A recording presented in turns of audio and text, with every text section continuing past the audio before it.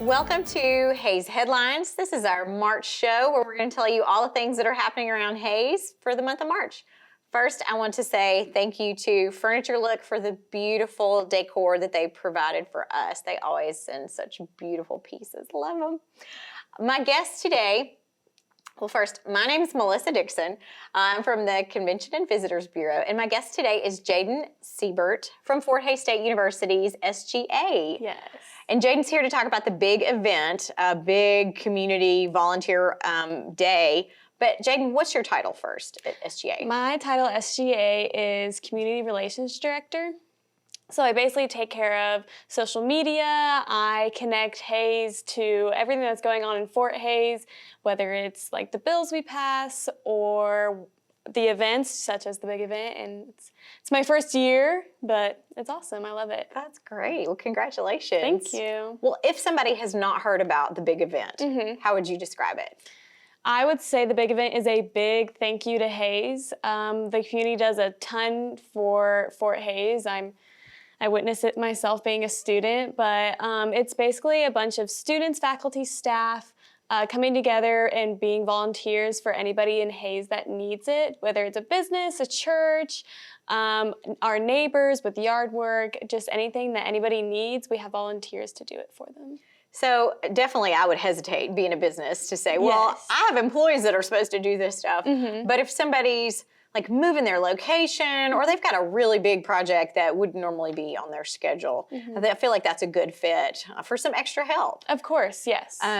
I know one of my biggest fears is that there'll be this army of students ready to do all these great tasks around the community, and then nobody will have submitted any projects. Yes. So we definitely want to recruit people to contact SGA with projects. Yes. Is there a website where they can do that? Yes, there's actually a website on the Fort Hays State website itself. You can either go and search SGA or you can go to fhsu.edu/SGA. Perfect. And all of our information and the big events information will be on there. Now you do have a backup plan we talked Yes. about. So what if you get all your projects done and you have free time, which would be great. Yes. What's going to happen then? So we are planning, since COVID is happening right now still, we are planning to have alternative projects happening at Gross Memorial. So that's where everybody will check in, and if they don't want to go out or if businesses don't have projects, then we have either tie blankets to go to the hospital, or we'll have thank you cards go to nursing homes, or we'll have a group go out and chalk up the sidewalks up and down Main, just positive vibes happening all around. Perfect. Yes. We can never have too much of that. Exactly. That is great. Well, I'm trying to think of some past projects. Can you think of some successful projects that have happened in the past that we could give to people for examples? I'll start. I submitted last year, of course it didn't happen, but 2 years ago, out our historical Fort Hays. They have very limited staff and they needed help trimming trees and then hauling all the debris to the dump. And so many students came out and helped, and that was huge for them. Yeah, that's awesome. Is there any other examples that you could think of that There people might have is. seen? So I have not actually attended the big event yet because last year it got canceled because of COVID, and the year before I wasn't a student here yet.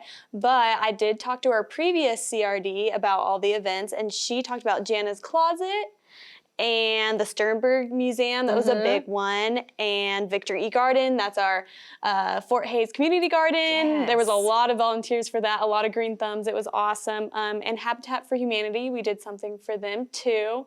I think those were our biggest projects that a lot of people wanted to volunteer for, but we had multiple businesses that either wanted some things moved or they had so much on their plate that they just needed someone to help them, and they were very appreciative. And we were very appreciative for the event projects that they provided. I can imagine anybody who's got a big spring cleaning project that this would be perfect for them. Yes.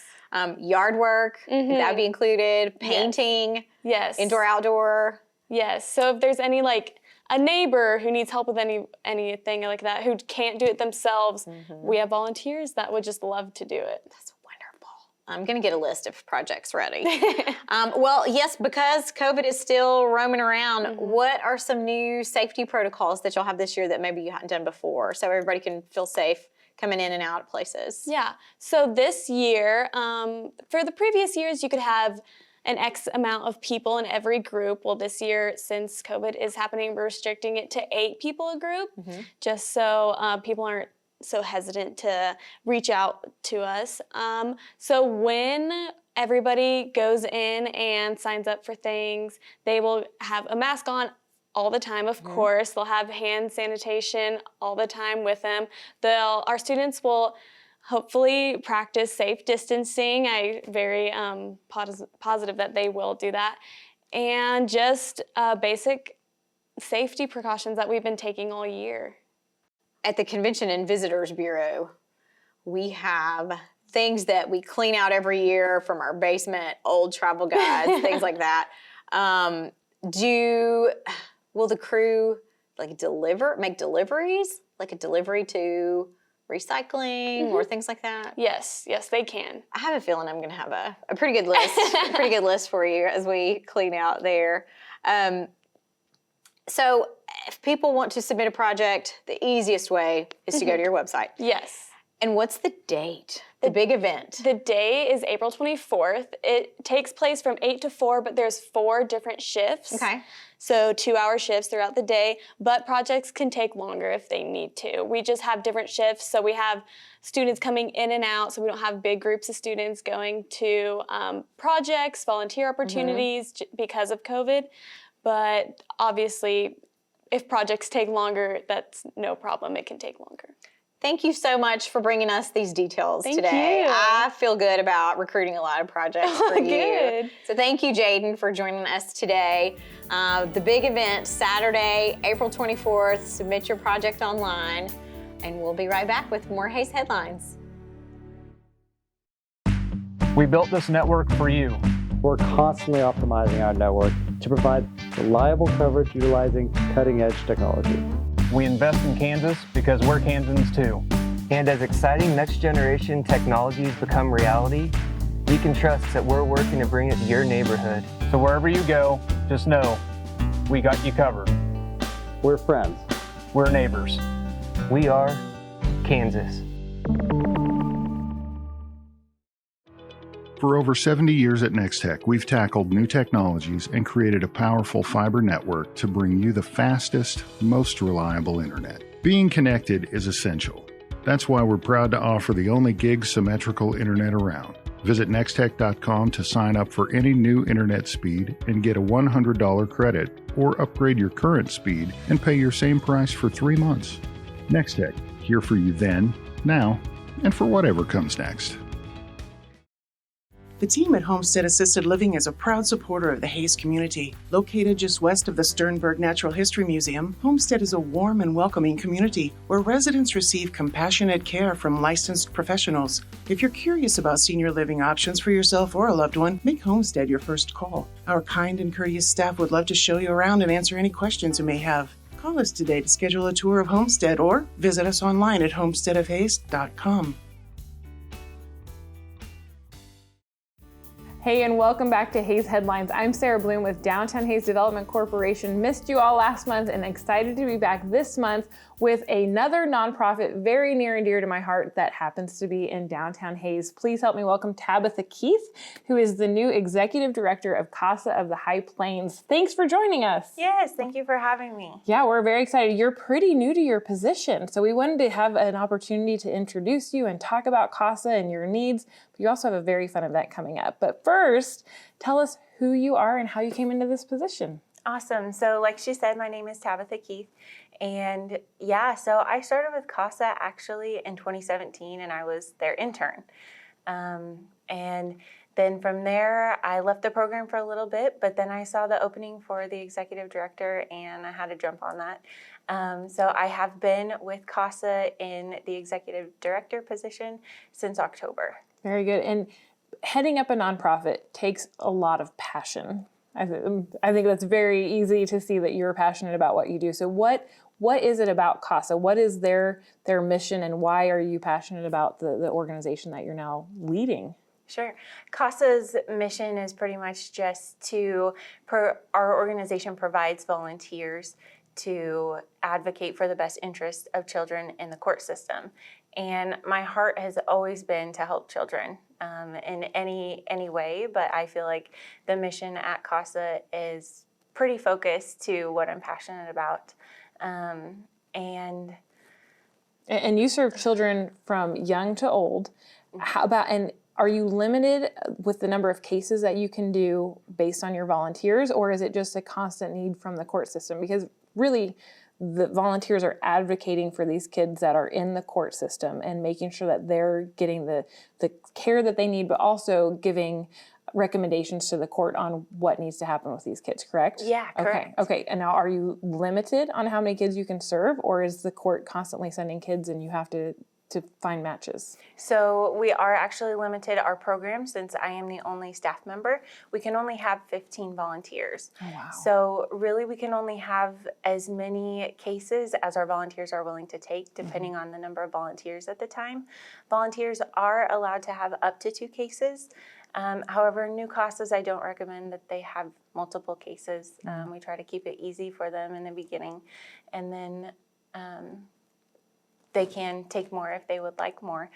But yes. Yeah. So about how many, does every child in the court system get one then, or is it just based on the availability? How does that work? It's just based on availability. Okay. And honestly, typically our CASAs only see the cases that are the most difficult or complex.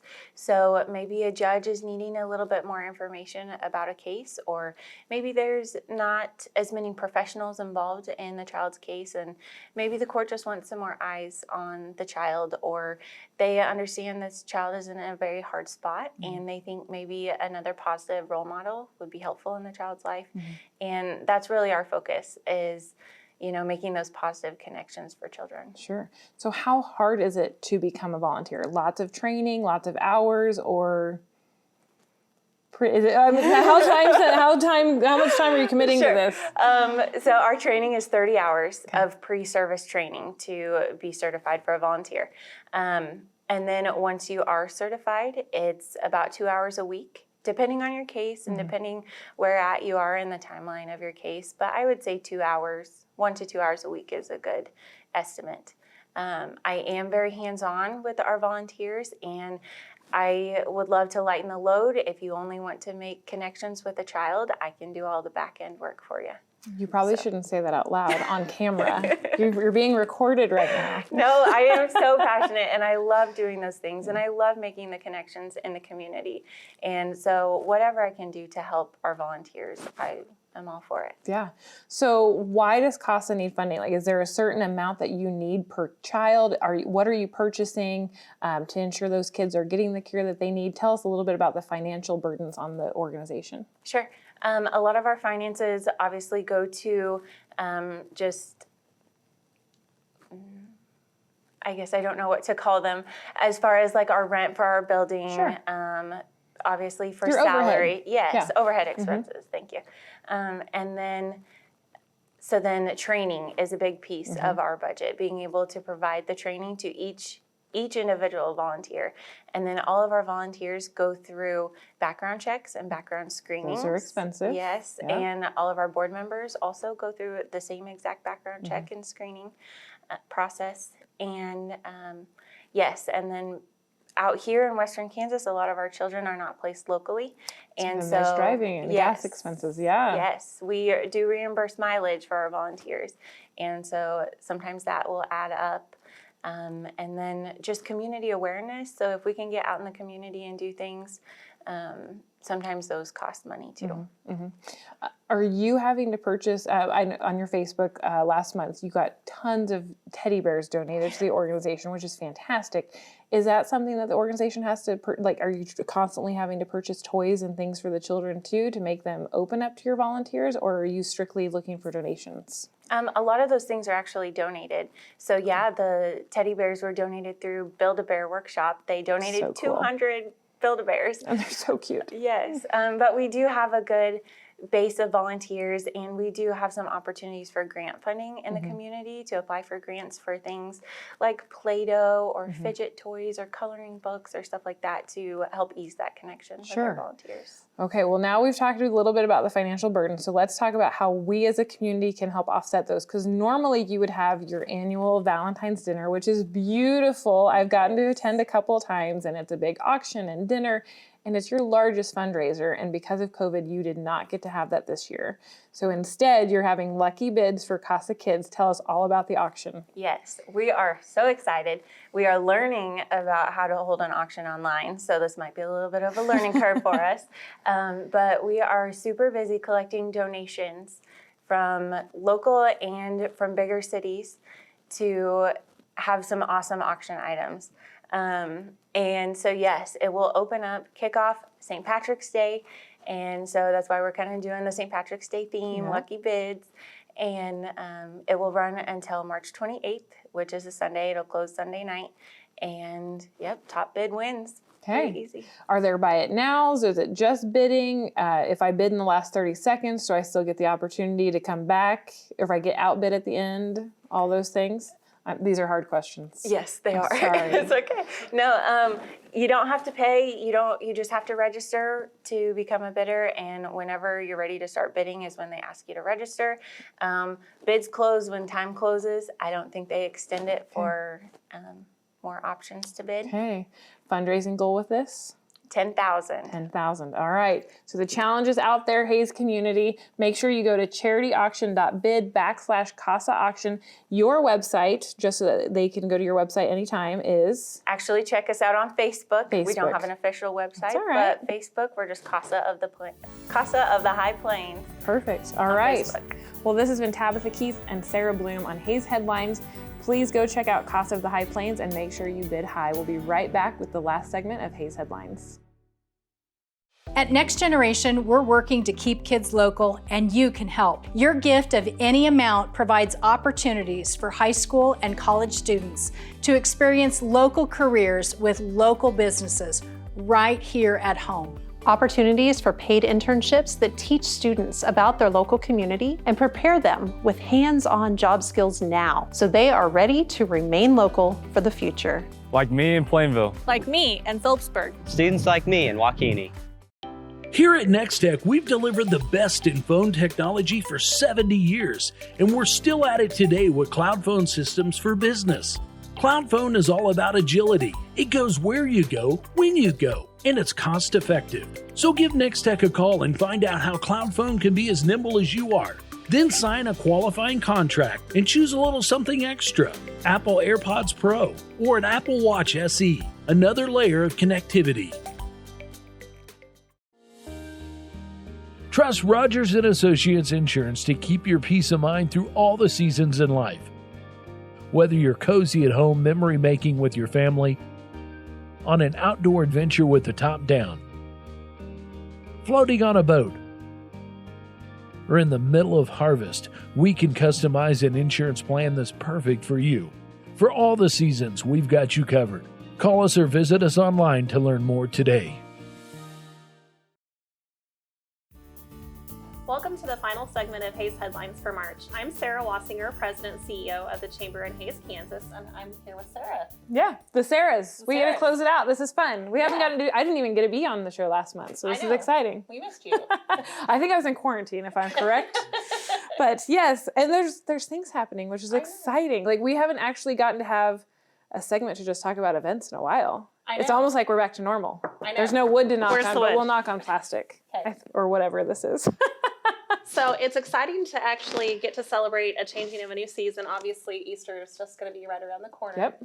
But you have something fun. Do we want to talk about your event first? Sure. It's the first time we've had it in spring, but we did have one last year called Dining with Downtown, and it's an event that we hosted actually because of COVID-19 that we would have never thought of had it not been for COVID. So it's kind of exciting. But and not only that, it won an award, and it's being duplicated all over the country now, which is also really, really exciting.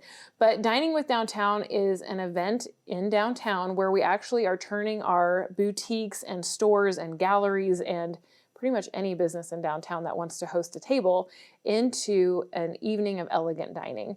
And so they are setting up tables inside the windows of these businesses, and you're getting to enjoy this beautiful 4-course meal while getting to look out onto the beautifully lit Main Street and see other people dining in the stores across from you.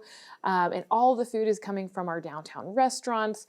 And it's a little unique in that there's lots of dates to remember, because the actual Dining with Downtown event where you are sitting there and eating is happening one night. But in order to secure that table, you actually have to be bidding on items several weeks in advance during the online auction.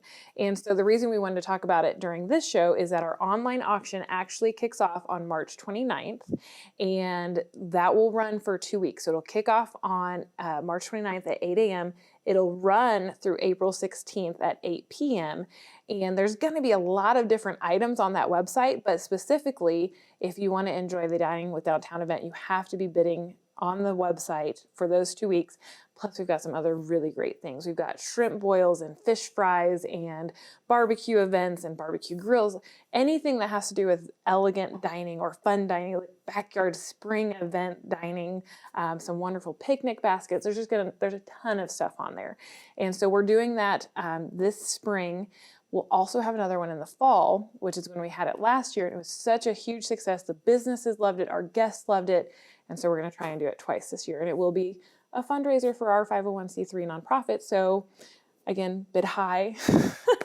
Yes. Yeah. So will you have a buy it now option like you did last year? We will, yes. Everything will have a buy it now option, or you can bid and just hope that you get the location that you're shooting for. But every single item will have a buy it now, and they're all very unique. We kind of pride ourselves on having things that you can't get at any other auction. And so we're excited to offer things like the fish fries and the shrimp boils and these really fun, unique backyard experiences that you probably can't get anywhere else. We hope you can't get them anywhere else. But well, I enjoyed looking at all the neat pictures from the event for last year. So if folks want to kind of get a sneak peek, they can definitely visit the DHDC Facebook page and kind of get a feel for what those nights look like for everybody. Yep. If you search Facebook for Dining with Downtown, all of the pictures absolutely will show up.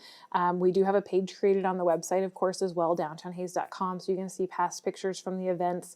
And then, of course, bid and learn about the auction items that are coming up. So the website is actually 32auctions.com/downtownhays if you want to go directly to the auction.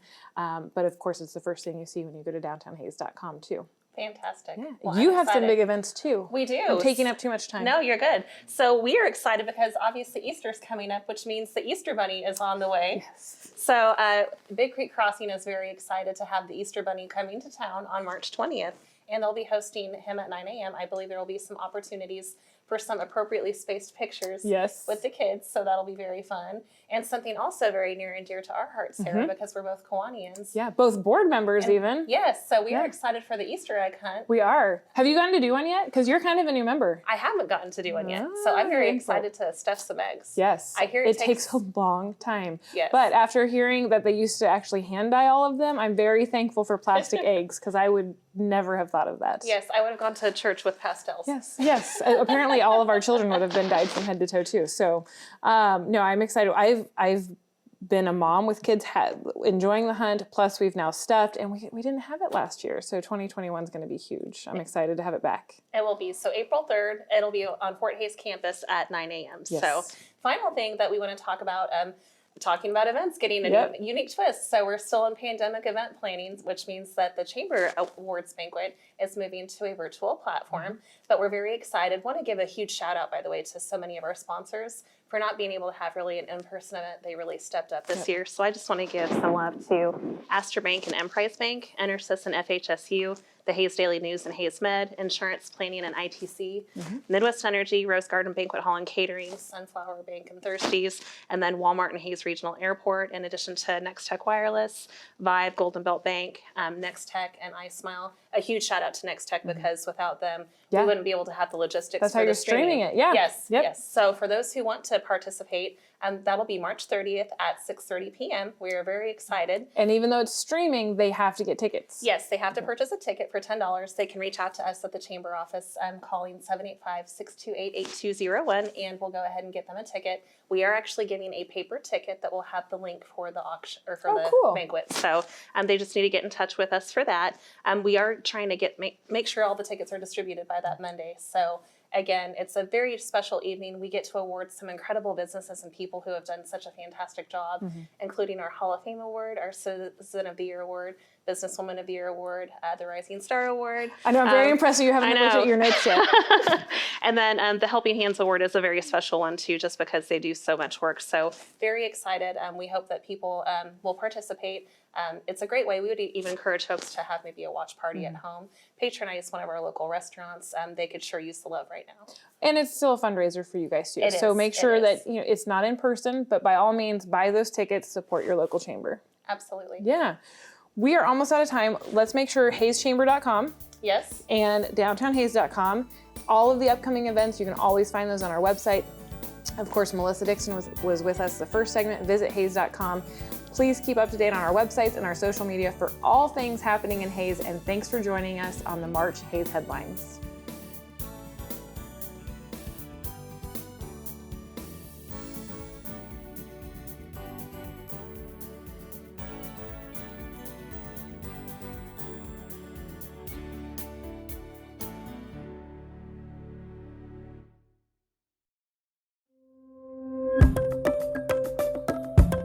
Robert Riedel here with Coldwell Banker Executive Realty, back with your market update.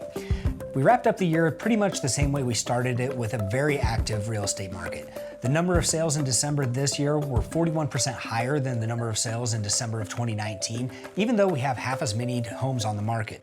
The median sale price rose 5.6%, even though the median days on market rose from 75 to 113 in December of 2020. Our inventory in the Haze market is considerably lower than years past and is starting to show with increasing prices. As there are fewer and fewer homes on the market, we're going to see faster sales and higher prices. Long story short, this is a seller's market if I've ever seen one. 2021 is setting up to be a very strong seller's market, so if you've been thinking about selling, get the price you deserve by reaching out to one of our highly qualified professionals at Coldwell Banker Executive Realty.